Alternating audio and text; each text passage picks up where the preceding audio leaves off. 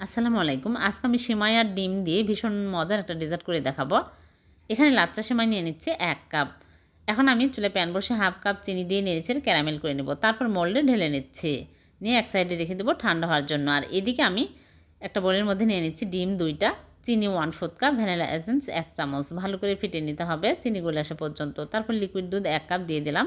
চুলায় প্যান বসে ঘি 1 চামচ দিয়ে দিচ্ছি। দিয়ে আমি নেড়েচেড়ে সিমাই দিয়ে নেড়েচেড়ে ভেজে নিব। 2-3 মিনিট ভেজে নিতে হবে। তারপরে আমি এই দুধের মধ্যে 1/4 কাপ গুঁড়া দুধ দিয়ে দিলাম। দিয়ে জর্দা রং সামান্য দিয়ে ভালো করে মিক্স করে সিমাই দিয়ে দিলাম। দিয়ে আমি নেড়েচেড়ে মিশিয়ে নিলাম। তারপরে মোল্ডে ঢেলে ফয়েল পেপার দিয়ে আটকে দেবো। তারপর পানির ভাপে দিব 15 থেকে 20 মিনিট। এক এক চুলার আঁচ এক এক রকম কম বেশি লাগতে পারে। 20 মিনিট পর ফিরে আসলাম, হয়ে গেছে। এখন আমি চুলা থেকে নামিয়ে নর্মাল ফ্রিজে রেখে দেবো। ঠান্ডা হওয়ার পর বের করে নিয়ে আসলাম, কেটে দেখাচ্ছি। হয়ে গেল ভীষণ মজার ডিম আর সেমাইয়ের পুডিং। এভাবে বানিয়ে দেখবেন, খেতে দুর্দান্ত স্বাদের হয়। ভালো লাগলে লাইক